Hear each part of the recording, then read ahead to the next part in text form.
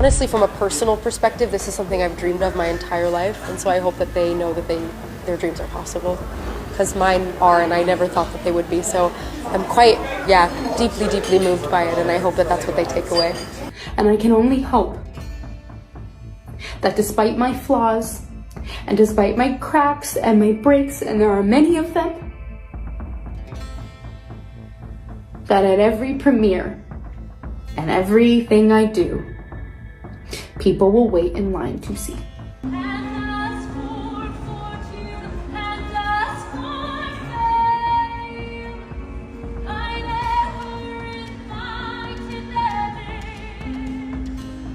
Rachel Zegler just walked off stage during her Broadway show, and fans are calling it the biggest meltdown of 2025. This is the same girl who turned Disney's Snow White into one of the biggest box office flops. So is this karma finally catching up to her? Let's find out what happened at that chaotic Broadway show, why Rachel might be breaking down behind the scenes, and what this could mean for her entire career.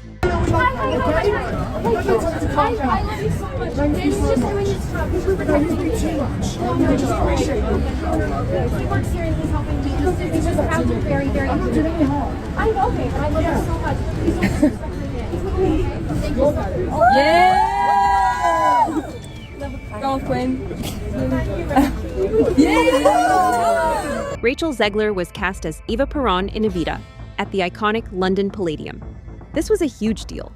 It was her first time taking on such a big role on stage, and expectations were sky high. Now, during the matinee performance that day, everything seemed fine. Reports from people in the audience said she delivered a great performance, but later that evening, everything changed.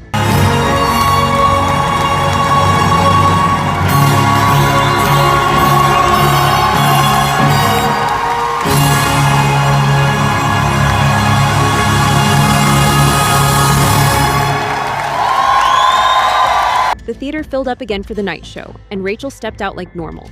She was wearing her costume, going through her lines, playing the early scenes of Evita with all the drama and intensity you'd expect. But right before the famous song Don't Cry For Me, Argentina, Rachel disappeared. Thank you guys, thank you. I don't know if you remember. Do you remember me? Party together. Yeah. Oh my God. I gave you a hug. Yeah. We had so much fun at the Eras Tour. I miss you so much. Oh my God, I'm so happy to see you.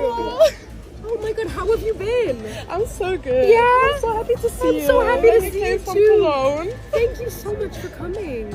Oh my God, did you see the video of her doing Shake It Off last night? Yeah, like this was crazy. I'm so mad. I love you. Thank you so much. It's so good to see you, babe. At first, viewers thought it might be a creative choice. Maybe the scene was reworked for dramatic effect. But then the crew announced an extended intermission. That's when people started getting nervous. Eventually, a theater rep came out and told the crowd Rachel Zegler will not be returning tonight. Her understudy will finish the performance. That understudy was Bella Brown. She jumped into the role mid-show, which is never easy, especially under pressure like that. But still, people were disappointed. Some had traveled hours just to see Rachel. One fan posted, "I spent £120 for tonight's ticket. If she was sick, why didn't she cancel earlier? This feels like a cop-out." Another fan wrote, "She left before Don't Cry For Me, Argentina. You can't be serious. That's the whole reason I booked this show." The mood in the theater quickly shifted. What was supposed to be a magical night on the West End turned into confusion, frustration, and anger. Now, Rachel's team quickly released a statement blaming the walk-off on a sudden illness. But that didn't sit right with fans, especially considering she had just performed hours earlier, without any issues. People weren't buying it. One comment said, "There's a big difference between being an ungrateful, spoiled brat and a strong person who stands up for themselves. She's spoiled and full of herself." Another added, "She should probably just give up showbiz at this point." Some even called it unprofessional. And the fact that the production stayed quiet for so long before saying anything only added fuel to the fire.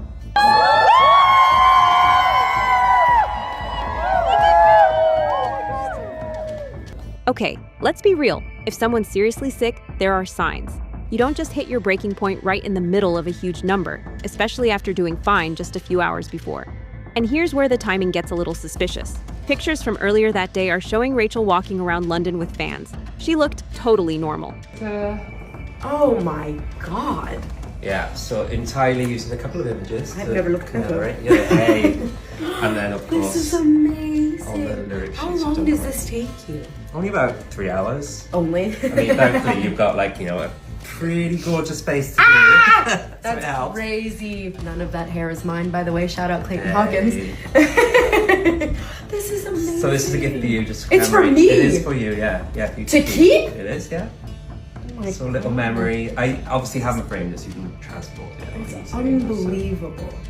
Thank you so much. So, fans started digging deeper. Some claimed this wasn't about illness at all, but about pressure. Rachel's been under intense public scrutiny, and taking on a role as big as Eva Peron is a lot. Then came Rachel's social media post. She shared a nice little tribute to her understudy Bella Brown, in which she wrote, "I am in awe of this company. The way they come together and never leave anyone behind. The result speaks for itself," which sounds thoughtful on the surface, but fans weren't convinced. Most saw it as a PR move to shift the narrative. One user commented, "She's digging her own grave. She is finished. Too big for her boots." Another said, "She better hope the dollar store is hiring because it seems like it'll be the only job that she'll be able to do." So yeah, this whole thing is a mess. Between the walk-off, the silence, the excuses, and the rumors flying around, it's not looking good for Rachel. And honestly, this isn't the first time she's found herself on the wrong side. Remember Snow White? This was supposed to be her big moment with Disney. A live-action remake of one of the most iconic fairy tales ever? That's the kind of role most actors would dream of. But Rachel? She didn't exactly win hearts in the promo run. In fact, she kind of ruined it. You said you were bringing a modern edge to it on stage. What do you mean by that? I just mean that it's no longer 1937, and we absolutely wrote a Snow White that is not going to be yeah. saved by the prince. She's not going to be saved by the prince, and she's not going to be dreaming about true love. She's dreaming about becoming the leader she knows she can be, and the leader that her late father told her that she could be if she was fearless, fair, brave, and true. And so it's just a really incredible story for, I think, young people everywhere. Instead of hyping up the story or showing love to the classic film, she went on this media tour calling the original Snow White weird, outdated, and not a love story that little girls should look up to. She literally said Prince Charming was a stalker. The original cartoon came out in 1937, and very evidently so. There's a big focus on her love story with a guy who literally stalks her. Weird. And look, maybe she was trying to woke, but the way she said it came off like she was mocking a story that means a lot to generations of fans. Before the trailer even dropped, there were hashtags like Cancel Snow White trending on Twitter. People were calling it a woke nonsense. They weren't mad about the casting. Rachel's Latina heritage wasn't the issue for most. It was her attitude, the way she acted like the original story was beneath her. And things only got worse from there. Are you having trouble paying your bills, Rachel? Did Steven Spielberg not pay you for your role in West Side Story? Did Disney fail to give you a healthy paycheck for Cry Me a River? She's just exactly everything that we can't stand. Disney tried to double down with press releases talking about modern retellings and female empowerment, but that didn't fix it. In fact, it made people more annoyed.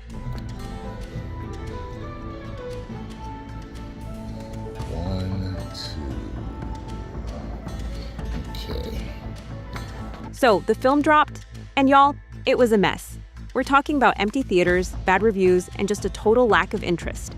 The movie scored a 1.6 rating on IMDb at one point. And the worst part? Disney lost millions of dollars on the project. It was one of the biggest flops in their live-action lineup, right up there with the Marvels. But now, fast forward to Evita. Another huge role, another great character. And instead of woke interviews, this time it's walk-offs, audience complaints, and backstage drama.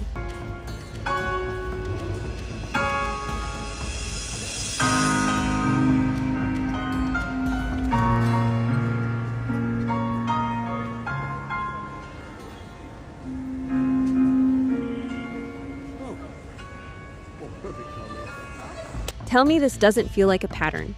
Every time Rachel lands a major project, something goes wrong. Whether it's a press tour, backlash from audiences, or issues on set, it's like controversy follows her around. And here's the thing, Rachel is clearly talented.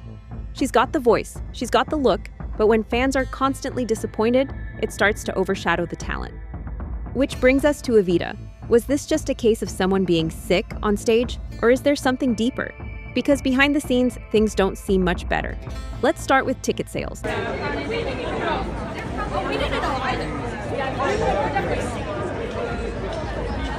Now, when Rachel was first announced as the lead in Evita, there was definitely some buzz.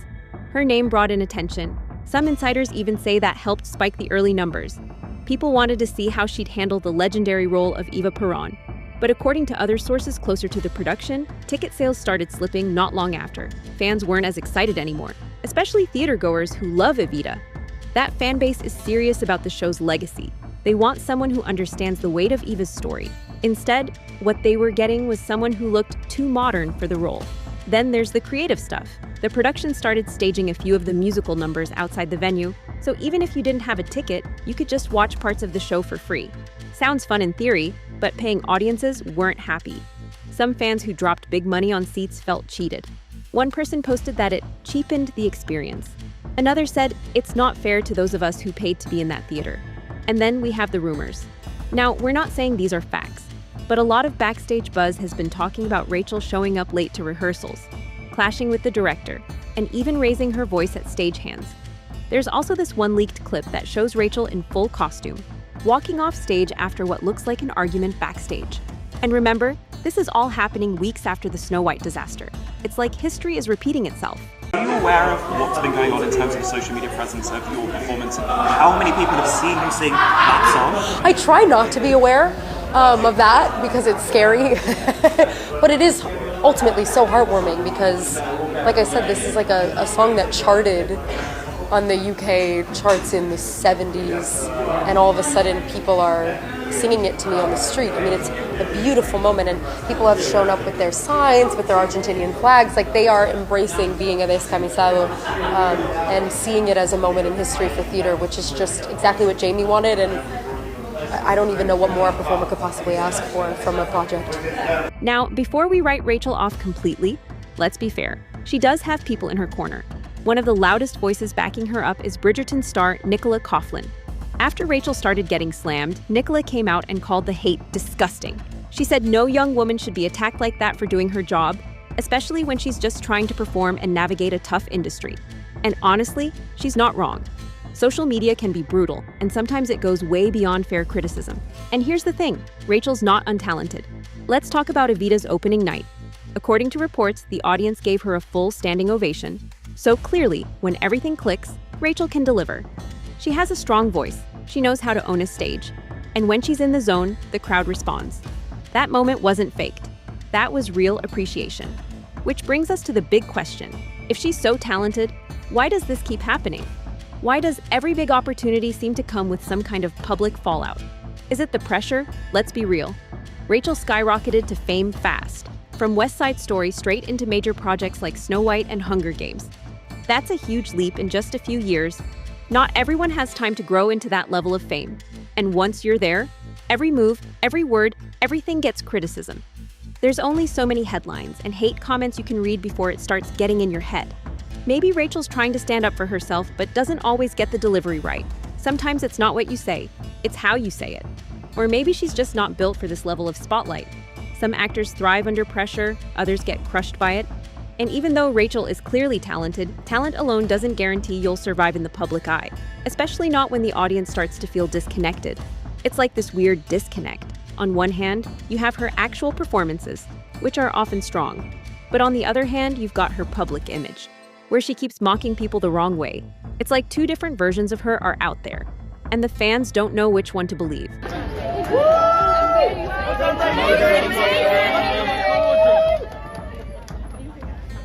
So let's step back and look at this pattern. First came Snow White.